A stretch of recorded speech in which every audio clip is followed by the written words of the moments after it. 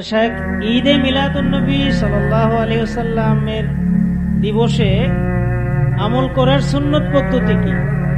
ঈদে মিলাদুন্নবী এটা ইসলামের একটা বড় বিদআত। ইসলামের প্রথম 600 বছরে এই শব্দটা আপনারা পাবেন না।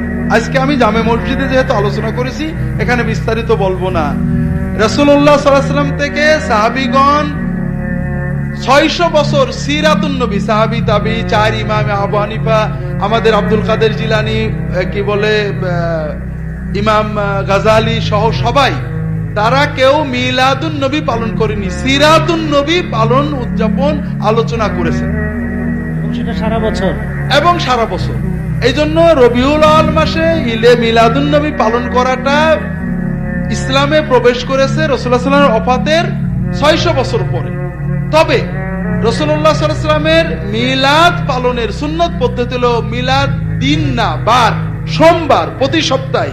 বছর ঘুরে আসলে আপনি একদিন নবীর আশিক হবেন, এটার দ্বারা ইসলামের কিছু হয় না। এটা ইহুদি খ্রিস্টানদের সিস্টেম, আমরা নিছি। আপনি প্রতি সপ্তাহে সুযোগ পেলে সোমবারের দিন রোজা রাখবেন। এটা হলো রাসূলুল্লাহ সাল্লাল্লাহু আলাইহি ওয়াসাল্লামের মিলাদ, জন্মে আমাদের শুকরিয়া আনন্দ প্রকাশের সুন্নত পদ্ধতি।